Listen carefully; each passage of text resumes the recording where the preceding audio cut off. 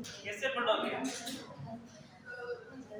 पढ़ने का तो क्या पढ़ाऊं, आप तो से पढ़ना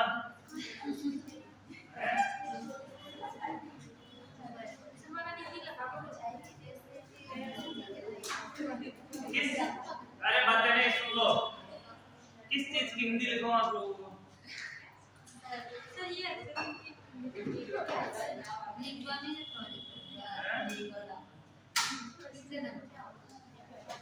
आपके पास मोबाइल फोन देखो, सदुपयोग कर दो, सीख जाओ। जो चीज समझ में नहीं आए उसका मीनिंग देख लो।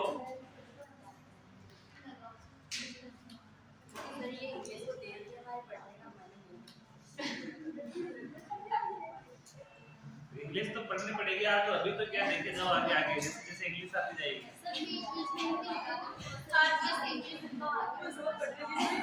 नहीं तो हिंदी लिखाई किस चीज की, हिंदी है नहीं तो वो तो मैं बता ही देता हूँ किसके हिंदी अर्थ लिखो।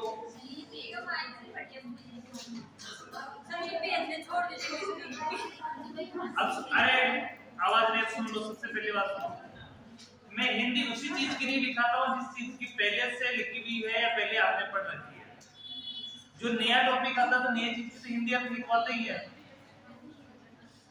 हर चीज को बार बार रिपीट करो इतना तो समय नहीं है। अब तो पढ़ो आप, पढ़ के उसको आप रिपीट करो, ठीक है?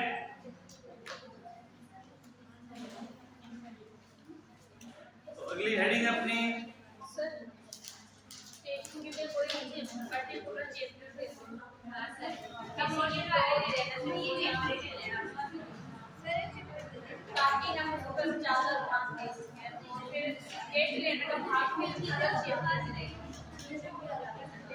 अरे पर्टिकुलर कुछ नहीं है, पढ़ो आप तो सारे पढ़ने आपको, बस तो सारों को पढ़ो, टेस्ट के लिए स्पेशल थोड़ी ना पढ़ा जाएगा, सभी को स्पेशली पढ़ना है। लेकिन उस पर ज्यादा ध्यान देगा ना, क्या पता ध्यान देने की जरूरत नहीं है, सभी में बराबर ध्यान दो आपको। मैं आप बता दो ना, एक साथ सभी का थोड़ी ना। मैं तो बोलूंगा नहीं इस चीज के बारे में, नहीं तो एक एक चैप्टर पढ़ने में रह जाओगे जब तक टेस्ट नहीं होगा, जब तक नहीं एक बार रिवीजन देख लेंगे बस, ज्यादा बोल दे। अब तो आप तो संपूर्ण पढ़ो, कोई टेस्ट का कोई आइडिया नहीं है कि क्या होगा। इनसे वो जो सीखना पड़ता है या फिर सेक्शन बता दो, सेक्शन ए बताएंगे, एक्शन थोड़ी सर भाई ट्यूशन से आगे से बताइए, वन भी दे दे। मैं क्यों नहीं ले सकता, मैं टेस्ट सर लग रहा है ले लेना और सब ये सर एक सेक्शन से भेजिए, एक दो बार अरे अभी तो कितने पेज हुए, अभी तो कितने से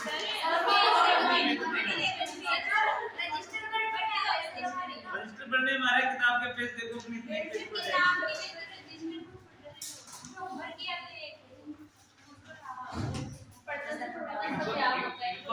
देखो मत पेजों को, इनको पढ़ो, ऑटोमेटिक खत्म होते जाते हैं, उनको चेक करके देखने में लगे तो पढ़ने में नहीं आएगा। एक सेक्शन दे दो, उसको क्या कर लेंगे, फिर अगली बार अगले सेशन पे। अरे फर्स्ट सेशन को पूरा ही आएगा, फर्स्ट सेशन को पढ़ लो पहले। हां सर, ये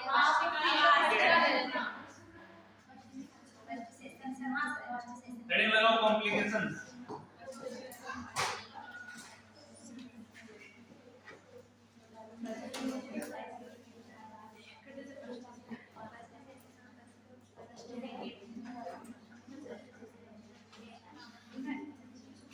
कॉम्प्लिकेशंस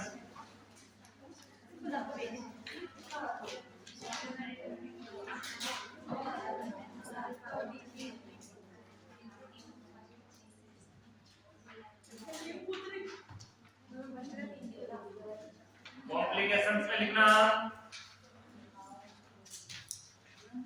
फर्स्ट इमीडिएट, जैसे कॉम्प्लिकेशन जो जल्दी से आ जाते हैं उनको क्या बोलेंगे?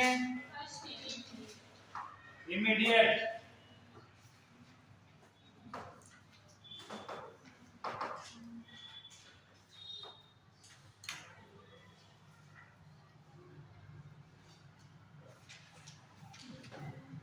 इमीडिएट को हिंदी में लिखना तुरंत प्रकट होने वाली complications.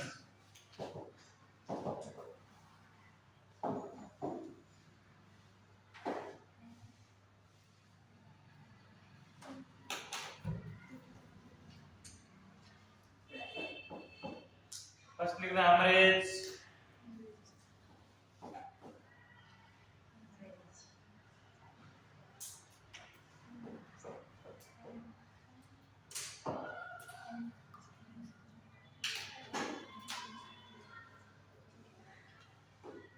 hemorrhage को हिंदी में बोलते हैं रक्तस्राव। क्या बोलेंगे? रक्तस्राव। मैं रक्तस्राव एक ही बार लिखूंगा, हिंदी पढ़ लेना, बार बार हिंदी नहीं लिखूंगा मैं। इंजरी,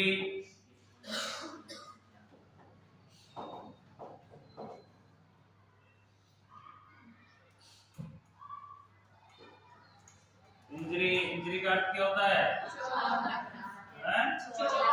चोट लगना, टूट फाट होना।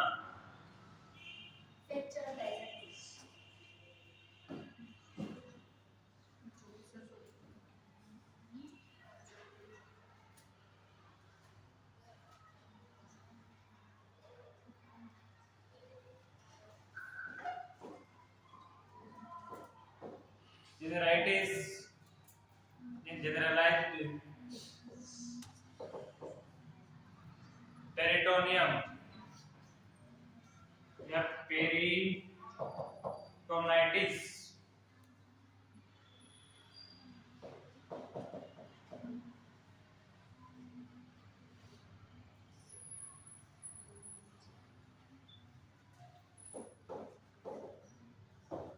acute renal failure,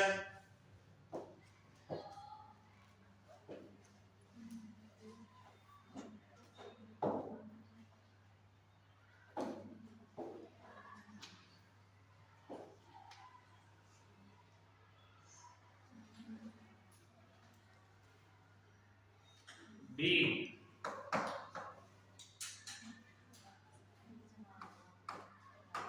remote, देरी से प्रकट होने वाली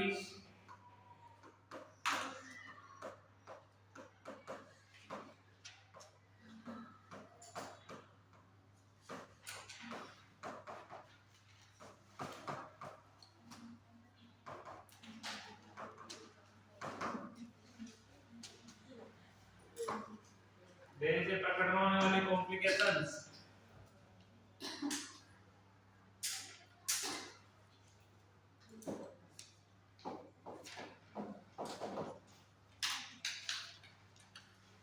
chronic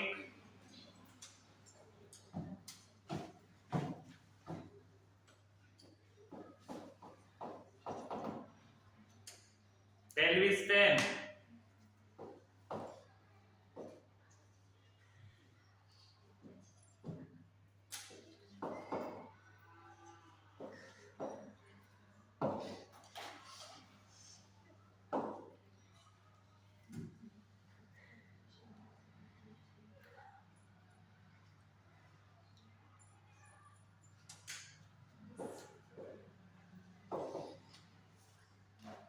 painful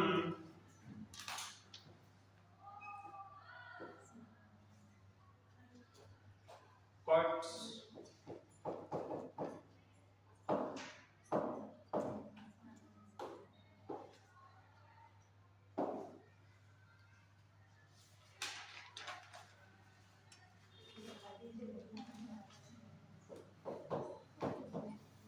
dyspnea,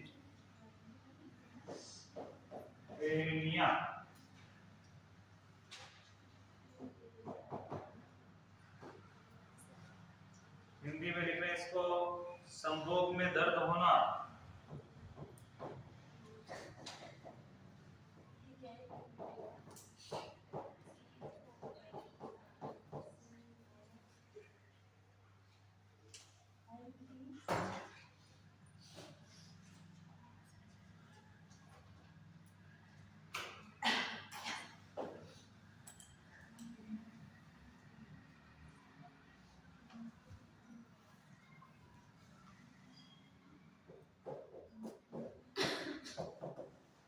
ectopic pregnancy,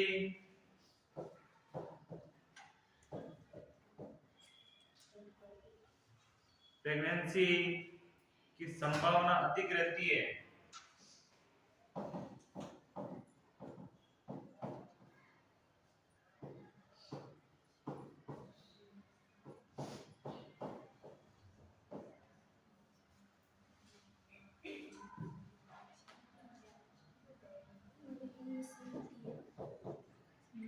depression,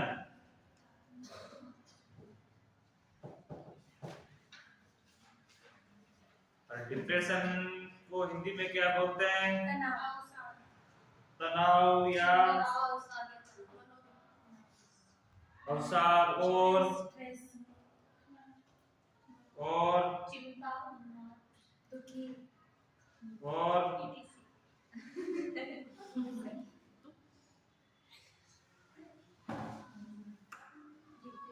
secondary infertility,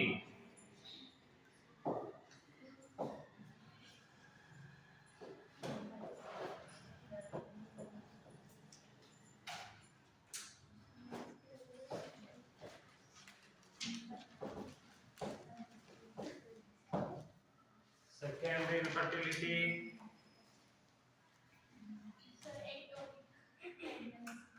ectopic pregnancy पे नोट लगा के लिखो।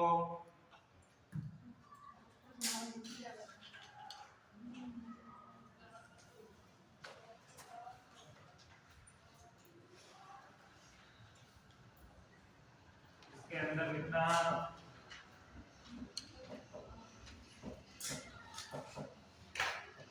इस प्रकार की प्रेगनेंसी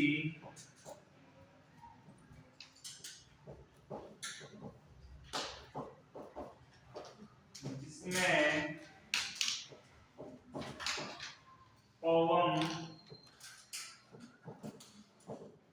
फर्टिलाइजेशन के बाद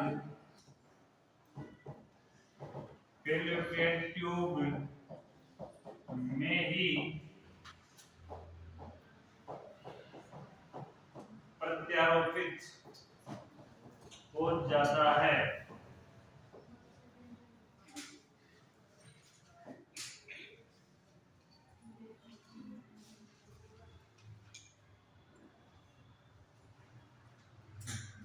यानी ओवम में फर्टिलाइजेशन तो हो जाएगा, ओवम में क्या हो जाएगा? फर्टिलाइजेशन। लेकिन फर्टिलाइजेशन होने के बाद ओवम क्या नहीं होता है? यूट्रन कैविटी में नहीं आता, कहाँ इम्प्लांटेशन हो जाता है उसका? फैलोपियन ट्यूब में ही हो जाता है। इस कंडीशन को क्या बोलेंगे? Ectopic pregnancy. कौन सी बोलेंगे? Ectopic pregnancy. और इस प्रेगनेंसी में या तो नष्ट होकर वो गिर जाएगा, और गिरता नहीं है तो क्या कंडीशन आ जाती है? फैलोपियन ट्यूब फट जाती है, फिर फैलोपियन ट्यूब को काट कर निकालना पड़ता है। इस प्रकार की प्रेगनेंसी को क्या कहेंगे? Ectopic pregnancy.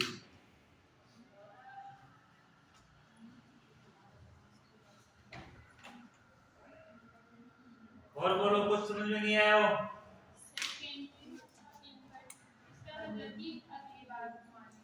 सेकंड इनफर्टिलिटी वही अगली बार अगर बाध्यता होना। इनफर्टिलिटी के सीधा सीधा अर्थ है बाध्यता, यानी बांझपन। चैप्टर ही पढ़ाया ना पूरा। इनफर्टिलिटी का तो बांझपन वाला तो वो मीनिंग दिखते है वो आ जाना चाहिए दिमाग में। बहुत सौ को मेरे को लगता है कि हिंदी भी नहीं आता है, अभी तक भी नहीं आता हिंदी। उनको इनफर्टिलिटी नहीं आई शब्द है। बहुत गंभीर समस्या आप लोगों की है नहीं है? बहुत गंभीर समस्या है, इसलिए पढ़ो। समस्या का हल एक ही स्थिति में होगा कि पढ़ो।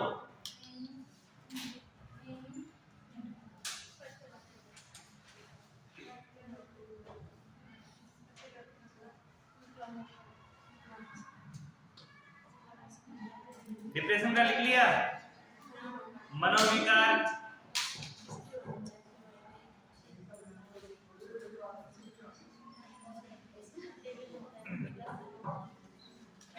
क्या हो गया? समझाइए सर। क्या?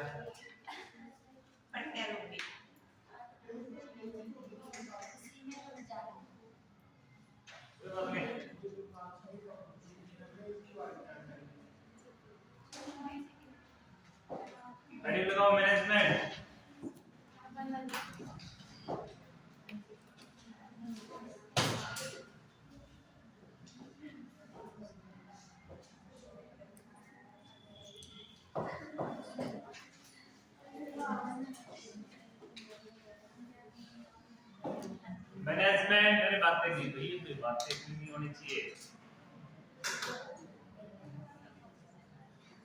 मैनेजमेंट में फर्स्ट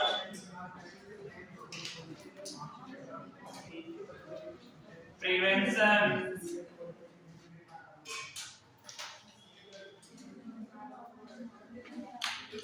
हिंदी में इसको बोलते हैं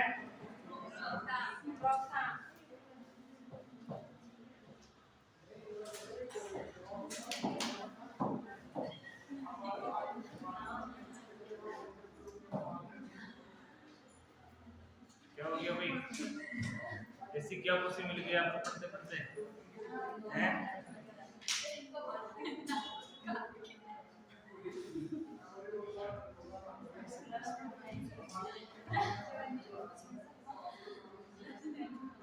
अब बातें नहीं करनी है, नहीं सुना है, पढ़ने में ध्यान दे लो।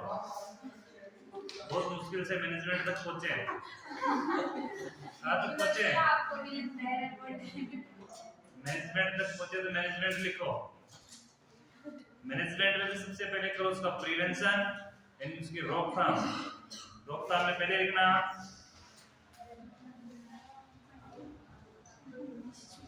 अबॉर्शन की संख्या को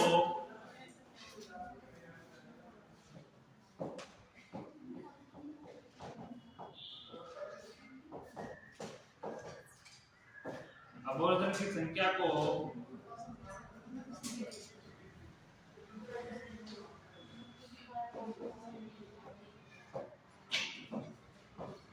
कम करने के लिए परिवार नियोजन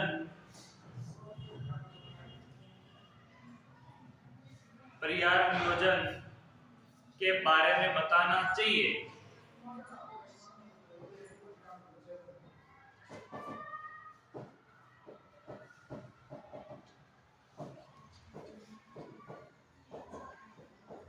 बारे में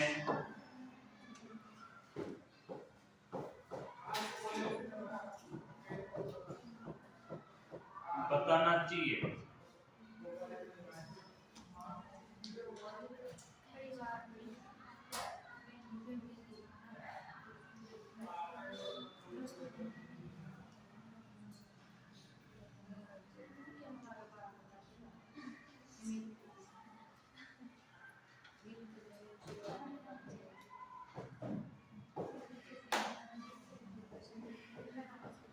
उचित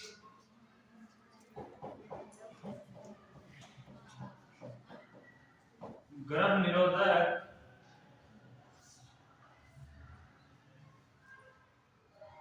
उपाय का उपयोग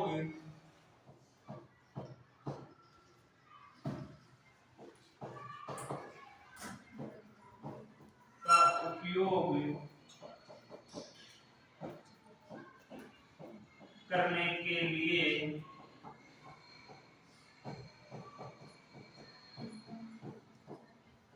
प्रोत्साहित करना चाहिए।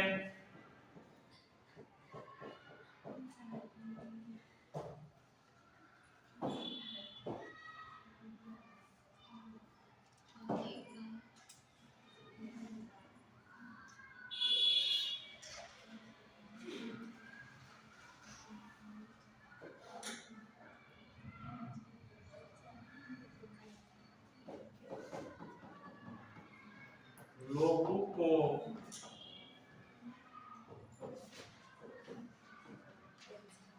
हमेशा लीगल अबॉर्शन के लिए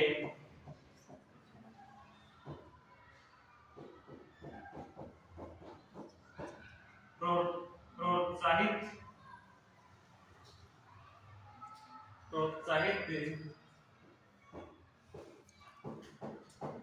करना चाहिए। अगर ऐसी कंडीशन भी आ जाती है इसमें अबॉर्शन करवाने की जरूरत हो तो कौन सा करवाना चाहिए? लीगल अबॉर्शन ही करवाना चाहिए।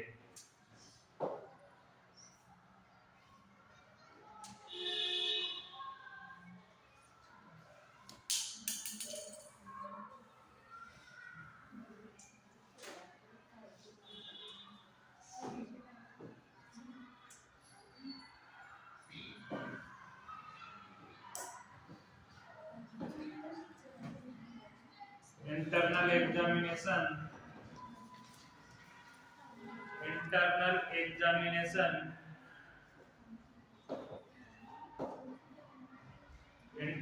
एग्जामिनेशन जैसे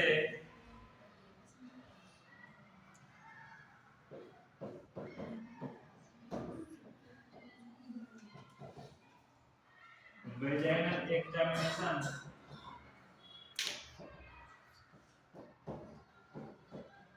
करते समय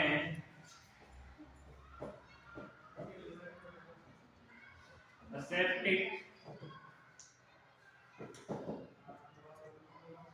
टेक्निक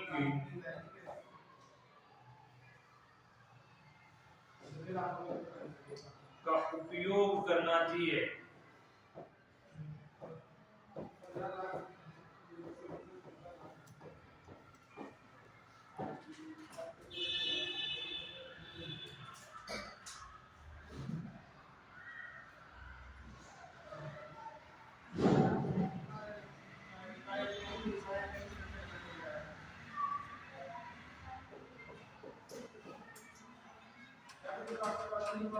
illegal abortion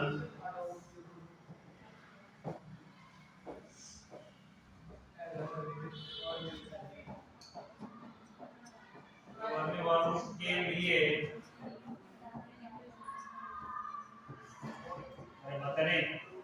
कठोर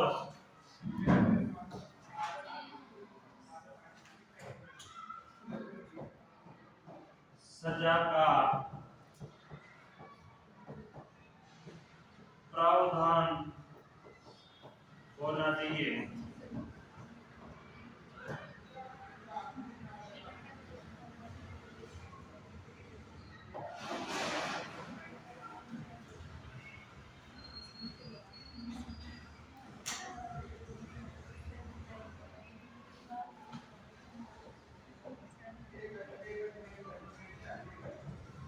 अबॉर्शन के बाद इन्फेक्शन से बचाने के लिए, अरे आपकी बातें खत्म नहीं होने वाली की या पर्टिकुलर खड़ा करके बोलना ही पड़ेगा आप लोगों को।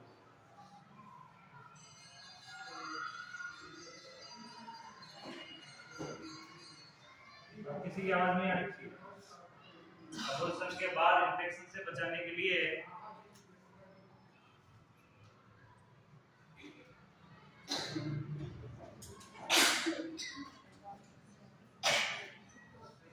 प्रोफाइलेटिक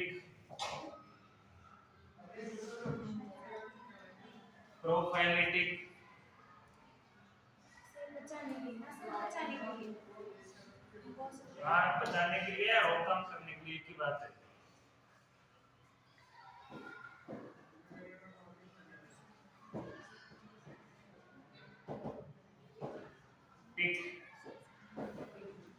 एंटीबायोटिक ड्रग्स का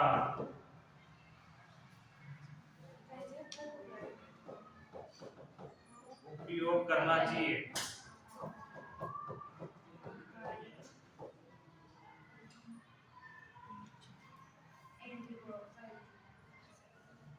प्रोफाइलेटिक एंटीबायोटिक ड्रग का उपयोग करना चाहिए।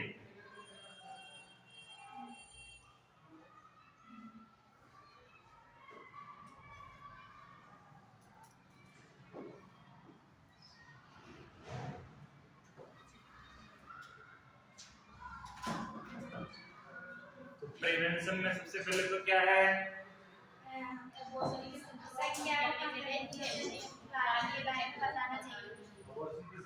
करने के लिए परिवार योजना फैमिली प्लानिंग के बारे में बताना चाहिए। उचित गर्भ निरोधक उपाय के लिए प्रोत्साहित करना चाहिए। लोगों को हमेशा लीगल अबॉर्शन के लिए प्रोत्साहित करना चाहिए। इंटरनल एग्जामिनेशन जैसे वेजाइनल एग्जामिनेशन करते समय एसेप्टिक टेक्निक का उपयोग करना चाहिए। लीगल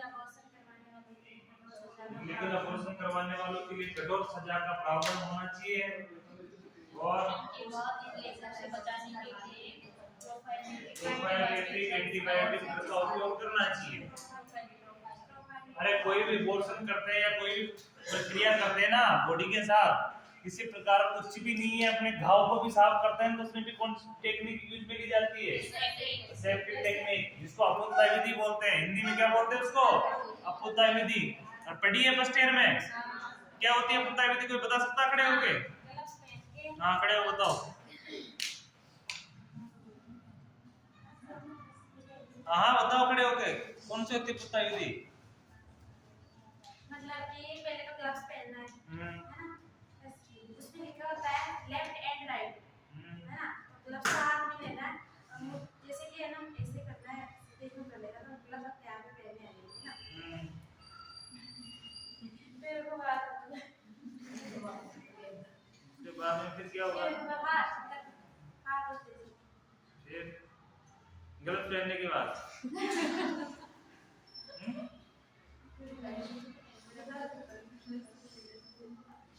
और कोई उम्मीदवार?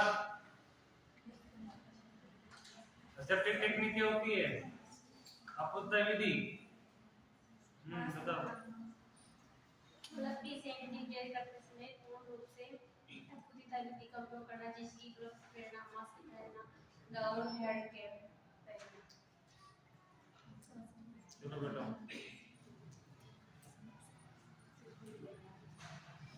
अपुताई विधि वो टेक्निक मेथड है जिसके अंदर पेशेंट को खुद को दोनों को सुरक्षित रखा जाता है। अपुताई विधि कौन सा मेथड है? एसेप्टिक टेक्निक मेडिकल प्रोसीजर का वो मेथड है जिसके अंदर पेशेंट को खुद को दोनों को सुरक्षित रखा जाता है, होने वाले इंफेक्शन से बचाया जाता है। इसी विधि को क्या बोलते हैं? अपुताई विधि। इसके अंदर डिसइंफेक्शन और स्टेरिलाइजेशन दोनों मेथड अपनाए जाते हैं। कौन से मेथड अपनाए जाते हैं? डिसइंफेक्शन और स्टेरिलाइजेशन। डिसइंफेक्शन क्या होता है? विसंक्रमण। स्टेरिलाइजेशन निर्जीवाणुकरण। क्या होगा उसका अर्थ? निर्जीवाणुकरण।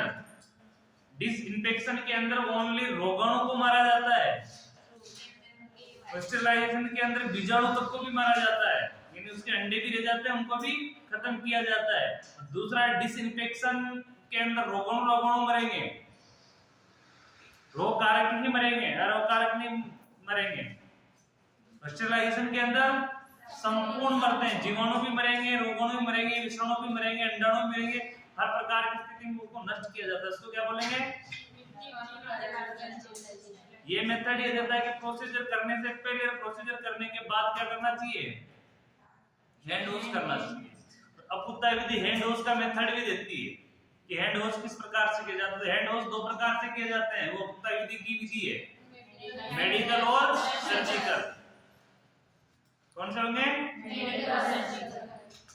मेडिकल और सर्जिकल। सर्जरी करने वाले हैंड वॉश में, मेडिकल करने वाले हैंड वॉश में क्या फर्क होगा? सर्जिकल कब होते हैं? पाम टू एल्बो की तरफ, हाथ से कोहनी की तरफ धोए जाते हैं और उन हाथों को इस प्रकार से रखा जाता है ऊपर, जिससे पानी किधर गिरे? कोहनी से होकर नीचे गिरे। और मेडिकल में हाथों किसे रखा जाता है? नीचे, कोहनी से पाम की तरफ, हथेली की तरफ हाथों को धोया जाता है। उसको कौन सी बोलेंगे? मेडिकल। और कोई चेंज नहीं है, और सारे प्रोसीजर सेम है। उसके अलावा असेप्टिक टेक्निक ग्लव्स पहनने का मेथड भी बताती है। क्या बताती है? ग्लव्स पहनने का मेथड बताती है। आपको पता हो ग्लव्स उल्टे सिमटे रहते हैं, ग्लव्स कभी भी सीधे नहीं होते हैं। कैसे होते हैं? उल्टे। क्योंकि अगर सीधे हाथ को अपन पकड़ेंगे तो वो संक्रमित होगा और बाह्य एनवायरनमेंट में मिलेगा तभी संक्रमण होगा। इसके लिए वो कैसे सिमट के रहते हैं? उल्टे। उसको अंगुलियों में डाला जाता है और उसके उल्टेपन में अपनी एक हाथ की अंगुलियां डाली जाती है, उस अंगुलियों के माध्यम से उसको घुमाते हुए क्या करना है? हाथ में फंसाया जाता है। फंसाने के बाद उसको लास्ट में से दौड़ा जाता है तो ऑटोमेटिक सीधा हो जाता है। और फिर दूसरे को पहनने में तो कोई तकलीफ ही नहीं है, क्योंकि एक हाथ में ग्लव्स पहन लिया अपन ने, उसको आराम से पहन सकते हैं। मेन दिक्कत तो वही कि एक को अपने बिना ग्लव्स पहने हाथ से पहनना होता है और दूसरे को ग्लव्स वाले हाथ से पहने। हेड कैप कैसे पहनते हैं? आगे से पीछे की तरफ। हेड कैप कैसे होती है? आगे से पीछे तरफ। कभी भी पीछे से आगे की तरफ नहीं पहनते। कैसे पहनते हैं? आगे से पीछे की तरफ। ये सेप्टिव टेक्निक से आती है। अपन नॉर्मल कैप पहनते इसको ऐसे पहनते हैं, पीछे से आगे की तरफ लाते हैं, लेकिन उसको कैसे पहनते हैं, आगे से पीछे की तरफ। ऐसा क्यों? क्योंकि पीछे से आगे की तरफ पहनने पे अपने बाल आगे आ जाते हैं। इसमें टोपी कैसे पहनी जाती है, हेड कैप कैसे पहनी जाती है, आगे से पहले ललाट को कवर करते हैं, उसके बाद पीछे खींचते हैं तो उससे बाल वहां के वहीं रह जाते हैं। दूसरी चीज की उस कंडीशन में अपने हाथ ज्यादा बालों को छूते नहीं है।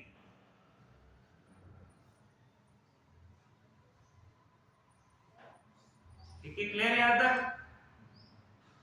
गाउन पहनने की जो प्रोसेस होती है, गाउन इस प्रकार, गाउन ऐसे नहीं कि पूरी होती है, आगे आगे का पर्दा होता है, उसको पीछे बांधते हैं।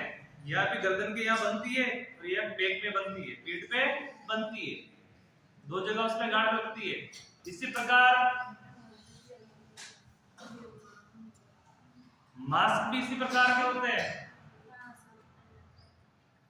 इसी प्रकार हेड कैप है, शूज है, शूज के ऊपर भी आपको पता हो सेप्टिव टेक्निक में अगर व्यक्ति वहां अंदर जाता है तो उसको अंदर के लेबर के या कैसे भी रूम, लेबर रूम तो नॉर्मल कंडीशन में होता है, अपन जो ओटी में जाता है उसके शूज बाहर ही खुलवा दिए जाते हैं, बाहर खुलवा देते हैं।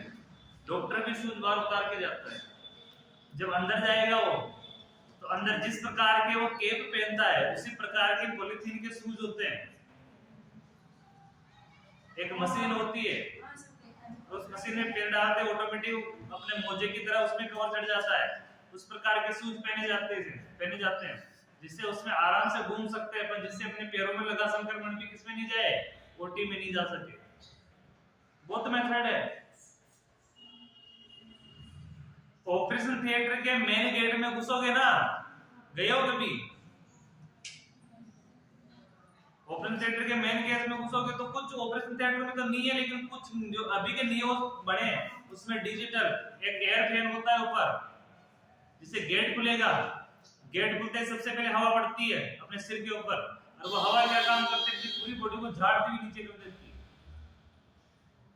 जैसे इसको गेट को ओपन करते हैं ना अपन, ओपन करते हैं उसमें ऑटो सिस्टम में फैन होता है, बिल्कुल अपने सिर के ऊपर लगा रहता है, ऐसे उस दीवार पे लगा रहता है। वो क्या है कि अपन जिस समय उसको खोल रहे होता है उसको टच करते ही और उसको जैसे देखेंगे तो वो चालू हो जाता है, और चालू होकर हवा छोड़ता है अपने ऊपर। हवा छोड़ने के पीछे एक ही रीजन है, क्यों? क्योंकि अपने जो शरीर पे लगी हुई जो धूल मिट्टी है ना, हवा ऐसे नहीं कि नॉर्मल चलती हो, जोरदार होती है, बाल बाल सारे बिखर जाते हैं, ऐसी कंडीशन होती है। तो उसका ये होता है कि अपनी जो धूल मिट्टी अपने बॉडी में लगे हो ना, वो गंदगी वो बाहर हट जाए। तो अलग तो डिजिटल चीजें हैं, यही चीज देखनी है तो अभी ओटी तो चलो पुराने ओटी की तो मैं कह नहीं सकता, नहीं है, डिजिटल ओटी में बन रहा है, और जिसको ऐसी चीज देखनी है वो कभी केशव ब्लड बैंक में जाके आना, उसका गेट खोल के देखना, देवली में केशव ब्लड बैंक, उसमें जाके देखना, उसका गेट खोल के देखना क्या होता है। ठीक है, तो हेडिंग लगाओ सेकंड में ट्रीटमेंट।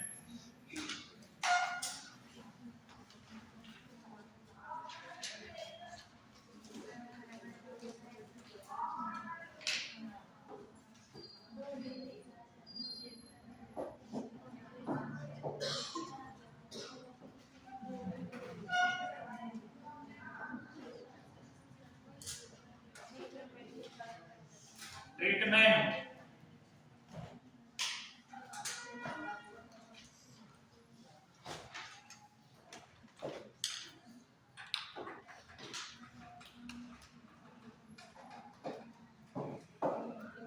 ट्रीटमेंट में फर्स्ट है ग्रेड फर्स्ट।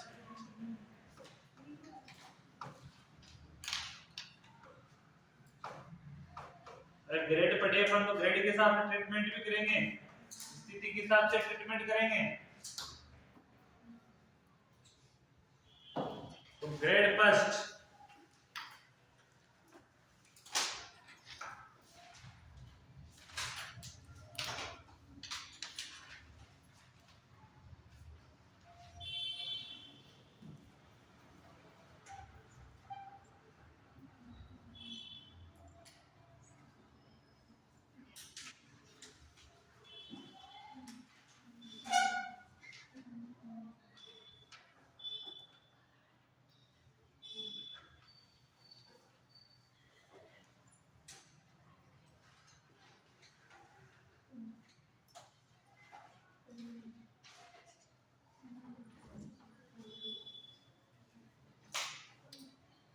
सबने? इसके अंदर लिखो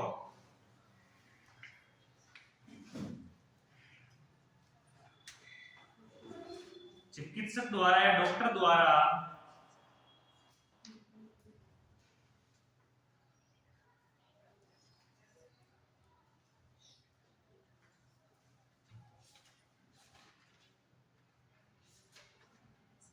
prescribed antibiotics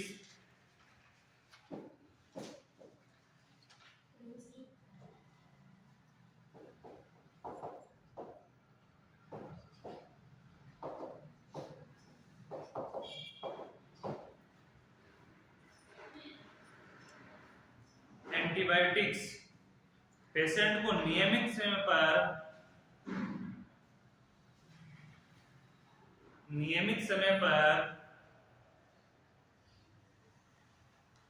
नियमित मात्रा में दी जानी चाहिए।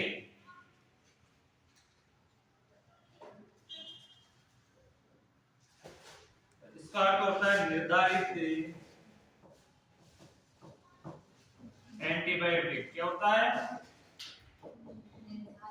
निर्धारित एंटीबायोटिक, यानी जो एंटीबायोटिक उसको निर्धारित की गई है डॉक्टर द्वारा, उसको क्या लेना है? नियमित समय पर नियमित मात्रा में लेते रहना है। यानी जिस प्रकार के एंटीबायोटिक है बहुत सी है, फर्स्ट ईयर में पढ़ी है ना, ड्रग में क्लासिफिकेशन ऑफ ड्रग में पढ़ी होगी, बहुत सारी एंटीबायोटिक है। एंटीबायोटिक जो डॉक्टर निर्धारित किया है इस एंटीबायोटिक के बारे में, उस एंटीबायोटिक को क्या करना है? नियमित रूप में नियमित मात्रा में लेते रहना है। इसे फर्स्ट लिखना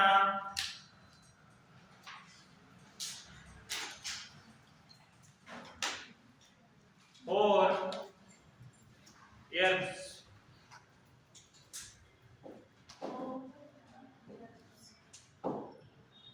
ये नंबर पे लिखना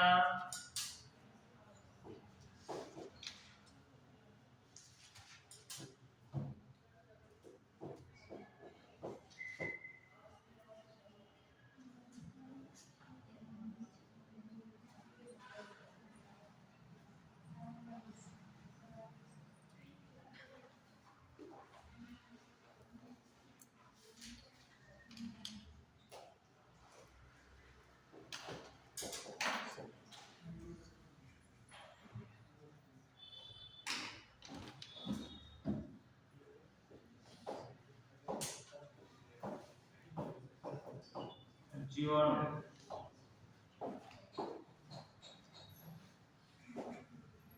इसके अंदर लिखना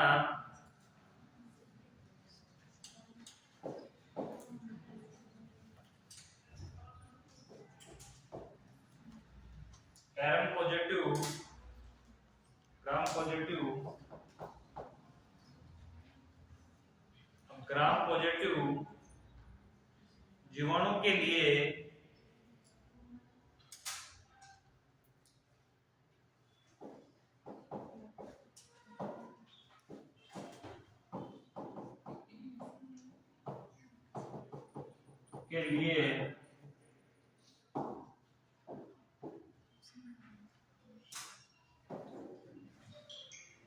penicillin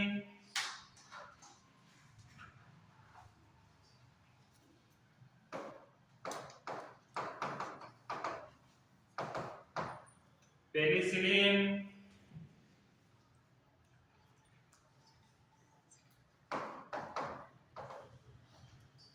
ampicillin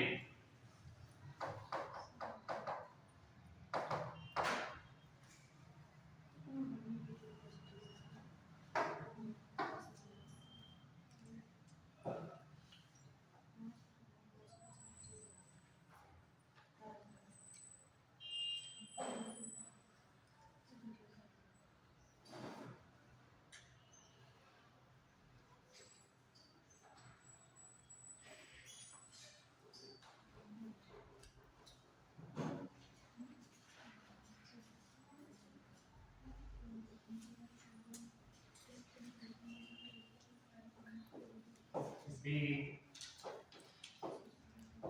gram negative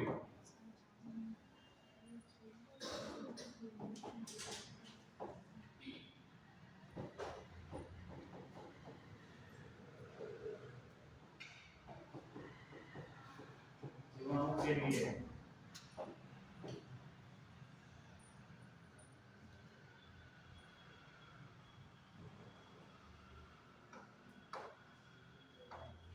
gentamicin,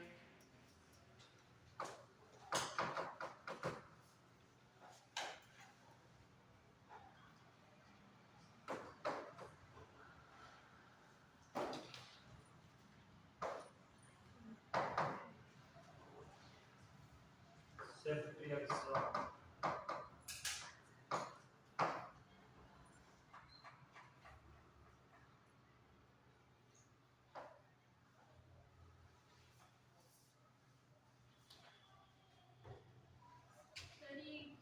ग्राम पॉजिटिव और नेगेटिव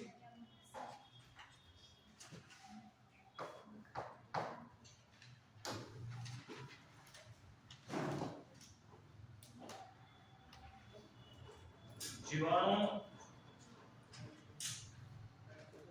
सभी प्रकार के जीवाणु हैं। सभी प्रकार के जीवाणु ग्राम पॉजिटिव होते हैं, ग्राम नेगेटिव होते हैं। ग्राम पॉजिटिव जीवाणु की एक प्रवृत्ति होती है, उस प्रवृत्ति के अंदर जीवाणु जीवित रूप में आगे बढ़ते हैं। किसमें बढ़ते हैं? जीवित रूप में। और ग्राम नेगेटिव में जीवाणु शरीर के अंदर होते हैं, लेकिन किस रूप में होते हैं? मर्द रूप में होते हैं। उनकी संख्या नहीं बढ़ रही होती, लेकिन फिर भी वो क्या कर रहे होते हैं? बॉडी को संक्रमित कर रहे होते हैं। एक तो एक्टिव फेज और एक पैसिव फेज। लेकिन एक तो वो कंडीशन है कि जिसके अंदर जीवाणु निरंतर आगे बढ़ रहे हैं, उसकी जीवाणु निरंतर आगे बढ़ने एम्पिसिलिन और पेनिसिलिन का एक ही काम इस प्रकार के एंटीबायोटिक है कि ये उनको आगे बढ़ने से रोकते हैं, ना कि खत्म करते हैं। ये क्या काम करते हैं? उनको आगे बढ़ने से रोकते हैं। और सेफ्ट्रियाक्सोन और जेंटामाइसिन ये क्या काम करते हैं? ये रोकते तो हैं और साथ के साथ ये खत्म भी करते हैं। तो एंटीबायोटिक भी अपन एंटीबायोटिक कल्चर पढ़ा था, उस समय बताया था इसी प्रकार के एंटीबायोटिक जीवाणु की रोकथाम करती है और एक इस प्रकार के एंटीबायोटिक उनको रोकती है।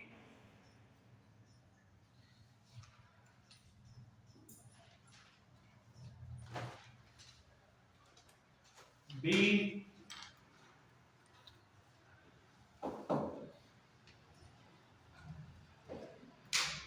और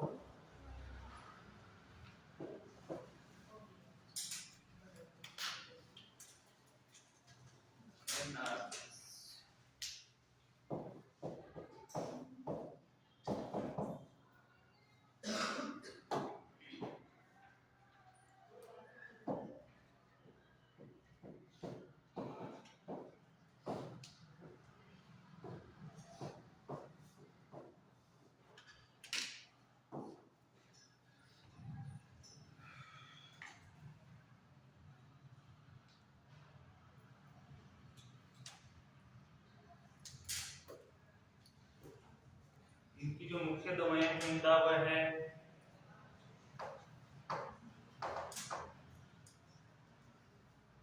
मेट्रोनिडाजोल,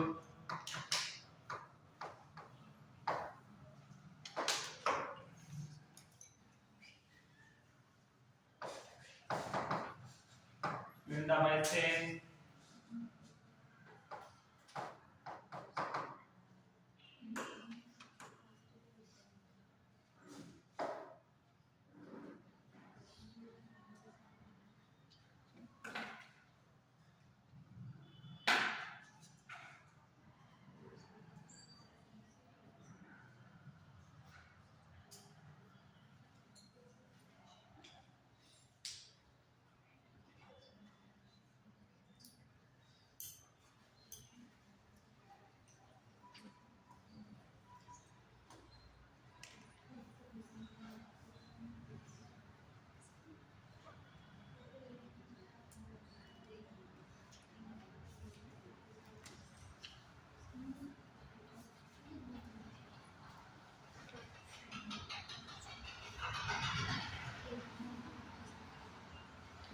यदि आवश्यकता हो तो पेशेंट को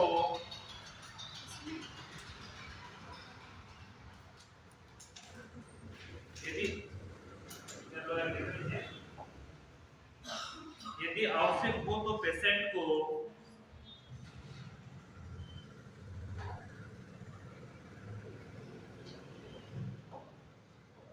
एंटीगैस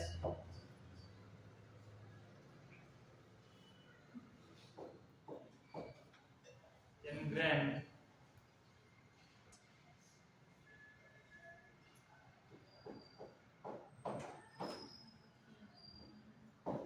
A G S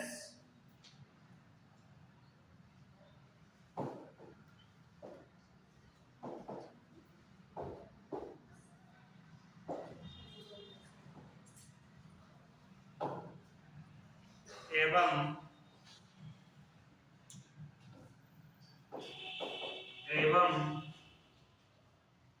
anti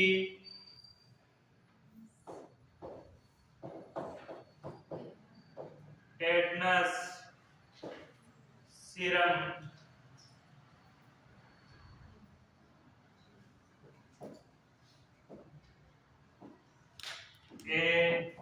ATS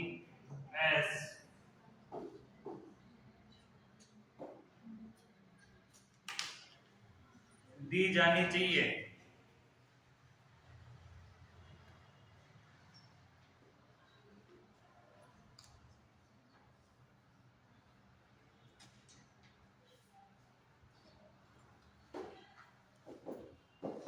patient को एनाल्जेसिक क्या होता है? सही में यही होता है क्या? एवं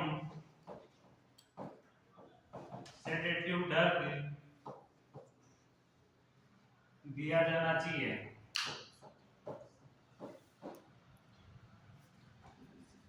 और सेडेटिव ड्रग क्या होता है? सामक दवाइयां।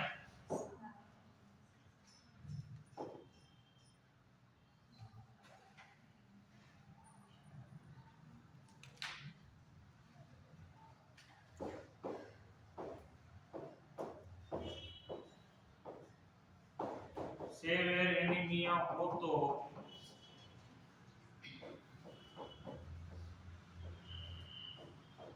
ब्लड ट्रांसफ्यूजन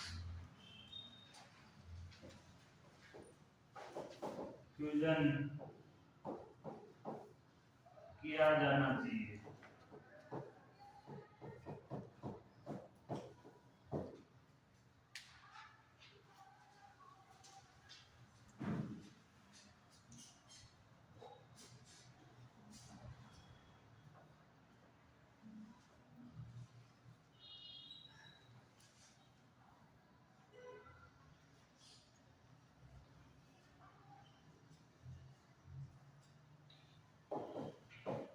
यदि अबॉर्शन में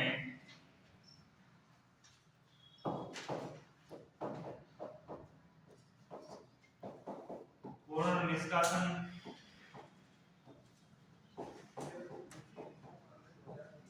नहीं हुआ हो तो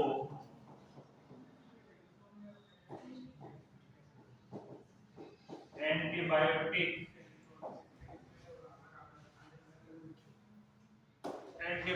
थेरेपी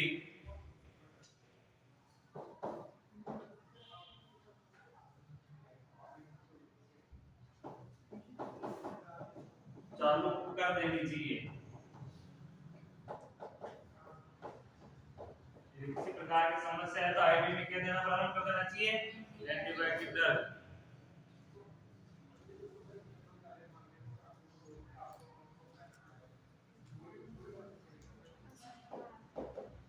एवं 24 आवर्स में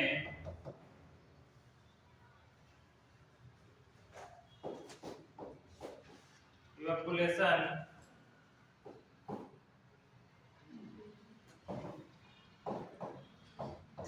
करना चाहिए। अगर ऐसी कंडीशन है तो लगभग 24 घंटे में तो ये कर देना चाहिए, खाली कर देना चाहिए।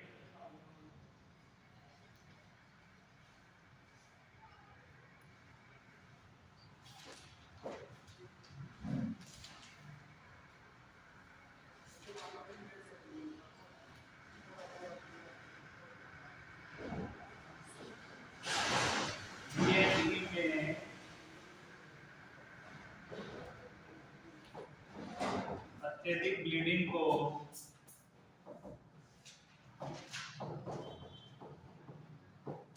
रोकना चाहिए।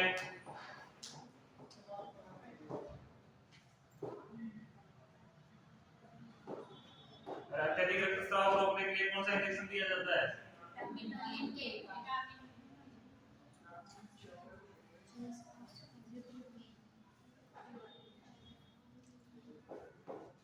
D&E अत्यधिक सावधानी के साथ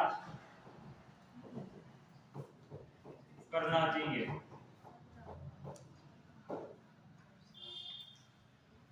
ठीक है, आज के लिए काफी है, बच्चा और पढ़ेंगे।